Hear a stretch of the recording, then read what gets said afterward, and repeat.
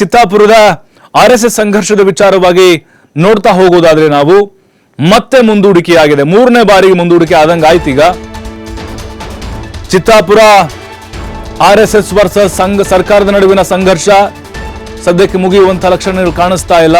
November 2ಕ್ಕೆ ಮಾಡಬೇಕು ಅಂತ plan ಮಾಡ್ಕೊಂಡಿದ್ರು, ಆದ್ರೆ ಆಗ್ಲಿಲ್ಲ. ಈಗ ಮತ್ತೆ 5ಕ್ಕೆ ಶಾಂತಿ ಸಭೆ ನಡೆಸಬೇಕು ಅನ್ನುವಂತಹ ನಿರ್ಧಾರ ಬಂದಿದೆ. ಕಲಬುರಗಿ ಹೈಕೋರ್ಟ್ ನಿಂದ ಶಾಂತಿ ಸಭೆಗೆ ಸೂಚನೆಗಳು ಬಂದಿದೆ. ಇನ್ನು ಅದಾದ ಮೇಲೆ ಅರ್ಜಿ ವಿಚಾರಣೆಯನ್ನ ಮುಂದೂಡಿಕೆ ಮಾಡಿದರೆ ನವೆಂಬರ್ 7ಕ್ಕೆ. ಇನ್ನೂ ಗೊತ್ತಿಲ್ಲ, ಮುಂದೂಡಿಕೆ ಆಗಬಹುದು ಅಥವಾ ಅವತ್ತೇ ಫೈನಲ್ ತೀರ್ಪು ಬರಬಹುದು. ಇನ್ನು ಕಲಬುರಗಿಯಿಂದ ಬೆಂಗಳೂರಿಗೆ ಶಾಂತಿ ಸಭೆ ಶಿಫ್ಟ್ ಆಗಿದೆ. ಅಡ್ವೊಕೇಟ್ ಜನರಲ್ ಅವರ ಕಚೇರಿಯಲ್ಲಿ ಶಾಂತಿ ಸಭೆ ನಡೆಸಲಾಗುತ್ತೆ. ಇನ್ನು ಶಾಂತಿ ಸಭೆಗೆ ಹಾಜರಾಗೋಕೆ ಸಂಘಟನೆಗಳಿಗೆ ಕೋರ್ಟ್ ಹೇಳಿದೆ. ಪ್ರತಿ ಸಂಘಟನೆಯಿಂದ 3 ಹಾಜರಾಗಬೇಕು ಅಂತ ಸೂಚನೆಯನ್ನ ಕೊಟ್ಟಿದ್ದಾರೆ. ಮೊನ್ನೆ ಕಲಬುರಗಿಯಲ್ಲಿ ಶಾಂತಿ ಸಭೆ ನಡೆದಿತ್ತು. ಜಿಲ್ಲಾಧಿಕಾರಿಗಳ ನೇತೃತ್ವದಲ್ಲಿ ಅದು ಸಕ್ಸಸ್ ಆಗಲಿಲ್ಲ.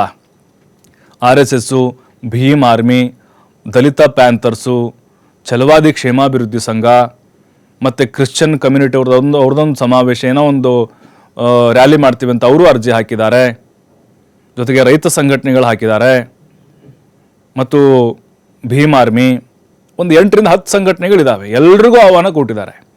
3 ಜನ ಭಾಗಿಯಾಗಬೇಕು, ಶಾಂತಿ ಸಭೆ ಆಗಬೇಕು. ಅದಾದ್ಮೇಲೆ ಏನು ನಿರ್ಧಾರ ಬರುತ್ತೋ ಅದನ್ನ ನೋಡಿಕೊಂಡು ಕೋರ್ಟ್ ಅಂತಿಮವಾದಂಥ ತೀರ್ಪನ್ನು ಕೊಡುತ್ತೆ. ಒಂದೇ ದಿನಕ್ಕೆ ಎಲ್ಲ ಸಂಘಟನೆಗಳಿಗೂ ಅವಕಾಶ ಕೊಡುವಂಥ ಸಾಧ್ಯತೆಗಳು ಕಡಿಮೆ ಇದೆ. ಯಾಕಂದ್ರೆ ಜಿದ್ದಿಗೆ ಬಿದ್ದವರಂತೆ ಇಲ್ಲಿ ಮಾಡ್ತಾ ಇದ್ದಾರೆ.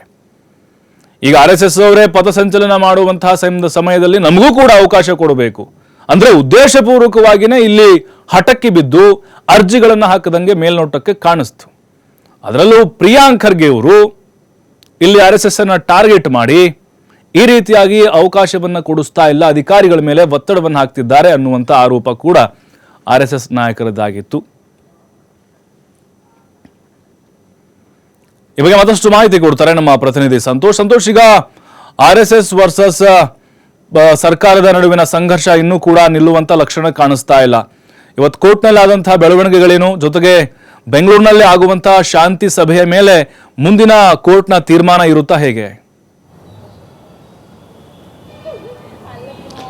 ಪ್ರಭು, ಈಗಾಗಲೇ RSS ಪಥಸಂಚಲನಕ್ಕೆ ಅವಕಾಶಗಳನ್ನು ಕೋರಲಾಗಿತ್ತು. ಆದರೆ ಅದಕ್ಕೆ ಅವಕಾಶಗಳನ್ನು ಮಾಡಿಕೊಡ್ಲಿಲ್ಲ, ನ್ಯಾಯಾಲಯದ ಮೆಟ್ಟಿಲೇರಿತ್ತು. ಅಂದರೆ ಈ RSS ಪಥಸಂಚಲನ ಹಿನ್ನೆಲೆಯನ್ನು, ಅದರ ಉದ್ದೇಶ ಏನು ಅನ್ನೋದು ಪ್ರಮುಖವಾಗಿತ್ತು. ಮತ್ತು ಅದಕ್ಕೆ ವಿರೋಧಗಳು ಕೂಡ ಸಾಕಷ್ಟು ವ್ಯಕ್ತವಾಗಿತ್ತು. ಅಂದರೆ ಇದು ಸಂಪೂರ್ಣವಾಗಿ ಇಡೀ ಪ್ರಕರಣವನ್ನು ಗಮನಿಸ್ತಾ ಹೋದರೆ ರಾಜಕೀಯವಾಗಿ ಇದು ಬೇರೆ ರೀತಿಯ ತಿರುವನ್ನು ಪಡ್ಕೊಂಡಿರುವಂಥದ್ದು. ಒಂದು ಕಡೆಯಿಂದ ಕಾಂಗ್ರೆಸ್ ಮತ್ತು BJPಯ ನಡುವಿನ ಶೀತಲ ಸಮರ ಅಂತ ಹೇಳಿದ್ರೆ ಇದಕ್ಕೆ ಏನು ಯಾವುದೇ ಅನುಮಾನ ಇಲ್ಲ. ಯಾಕೆಂತ ಹೇಳಿದ್ರೆ ಬಿಜೆಪಿಯ ಮತ್ತೊಂದು ಮುಖ RSS ಅಂತೇಳಿ ಗುರುತಿಸಿಕೊಂಡಿರುವ ಹಿನ್ನೆಲೆಯಲ್ಲಿ 100 ವರ್ಷ ಆಗಿರುವ ಹಿನ್ನೆಲೆ RSS ಪಥಸಂಚಲನಕ್ಕೆ ಬ್ರೇಕ್ ಹಾಕಬೇಕು ಅಂತೇಳಿ ಕಾಂಗ್ರೆಸ್ ಈಗಾಗಲೇ ಎಲ್ಲಾ ರೀತಿಯ ತಯಾರಿಗಳನ್ನು ಮಾಡ್ಕೊಂಡಿತ್ತು. ಅದರಂತೆ ಪ್ರಿಯಾಂಕ್ ಖರ್ಗೆ ಅವರು ಪತ್ರವನ್ನು ಬರೀತಾರೆ. ಅದಕ್ಕೆ ಸರ್ಕಾರ ಕೂಡ ಏನು ಯಾವುದೇ ಈ ರೀತಿಯ ಸಂಘಟನೆಗಳು ಪಥಸಂಚಲನ ಮಾಡಬೇಕಂದ್ರೆ ಸರ್ಕಾರಿ ಮತ್ತು ಸರ್ಕಾರೇತರ ಸರ್ಕಾರಕ್ಕೆ ಸಂಬಂಧಪಟ್ಟ ಇಲ್ಲ ಸರ್ಕಾರದ ಅನುದಾನಿತ ಏನು ಸ್ಥಳಗಳಿರ್ತವೆ ಅಲ್ಲಿ ಯಾವುದೇ ಅನುಮತಿಯನ್ನ ಪಡ್ಕೊಳ್ಳದೆ ಇರುವ ಯಾವುದೇ ಕಾರಣಕ್ಕೂ ಪಥಸಂಚಲನವನ್ನ ಮಾಡಬಾರ್ದು. ಕೈಯಲ್ಲಿ ದೊಣ್ಣೆಗಳನ್ನ ಇಟ್ಕೊಂಡು ಹೋಗುವಂಥದ್ದು ಇರ್ಬೋದು, ಇಲ್ಲ ಬೇರೆ ಯಾವುದೇ ರೀತಿಯ ಆಯುಧಗಳನ್ನ ಇಟ್ಕೊಂಡು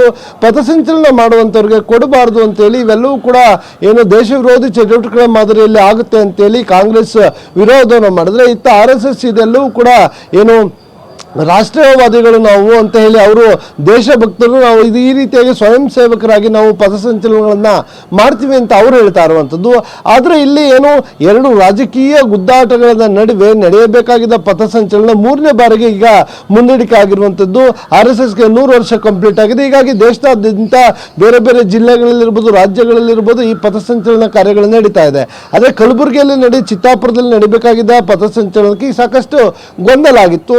ಇದರ ಬೆನ್ನಲ್ಲೇ ಏನೋ ಹೈಕೋರ್ಟ್ ಕೂಡ ಸೂಚನೆ ನೀಡಿತ್ತು, ಶಾಂತಿ ಸಭೆಯನ್ನು ಕರಿಬೇಕು, ಶಾಂತಿ ಸಭೆಯನ್ನು ಕರೆದು ನೀವು ಆ ಶಾಂತಿ ಸಭೆಯಲ್ಲಿ ಏನಾಗುತ್ತೆ ಆ ವರದಿಯನ್ನು ನ್ಯಾಯಾಲಯಕ್ಕೆ ಸಲ್ಲಿಕೆಯನ್ನು ಮಾಡಿ ಅಂತ. ಆದರೆ ಶಾಂತಿ ಸಭೆ ಸರಿಯಾದ ರೀತಿ ನಡೆದಿಲ್ಲ. ಈ ಕಾರಣಕ್ಕಾಗಿ 2ನೇ ತಾರೀಕು ನಡೆಯಬೇಕಾಗಿದ್ದ ಪಥಸಂಚಲನ ಮುಂದೂಡಿಕೆ ಆಗಿದೆ. ಅದರ ಜೊತೆಗೆ 5ನೇ ತಾರೀಕು ಶಾಂತಿ ಸಭೆಯನ್ನು ಕರೆದಿರುವಂಥದ್ದು. ಅಡ್ವೊಕೇಟ್ ಜನರಲ್ ಅವರ ಕಚೇರಿ ಬೆಂಗಳೂರಿನಲ್ಲಿದೆ. ಅಲ್ಲಿ ಏನು ಅರ್ಜಿದಾರರ ಪರ ವಕೀಲರು ಮತ್ತು ಅದರ ಜೊತೆಗೆ AG ಅವರು ಇರ್ತಾರೆ. ಅಲ್ಲಿ ಆ ಸಭೆಯಲ್ಲಿ ಹಾಜರಾಗ್ತಾರೆ. ಸಭೆಯಲ್ಲಿ ಚರ್ಚೆ ಆದ ಬಳಿಕ ಆ ಒಂದು ವರದಿಯನ್ನು ಹೈಕೋರ್ಟ್ಗೆ ಸಲ್ಲಿಕೆಯನ್ನು ಮಾಡಲಾಗುತ್ತೆ.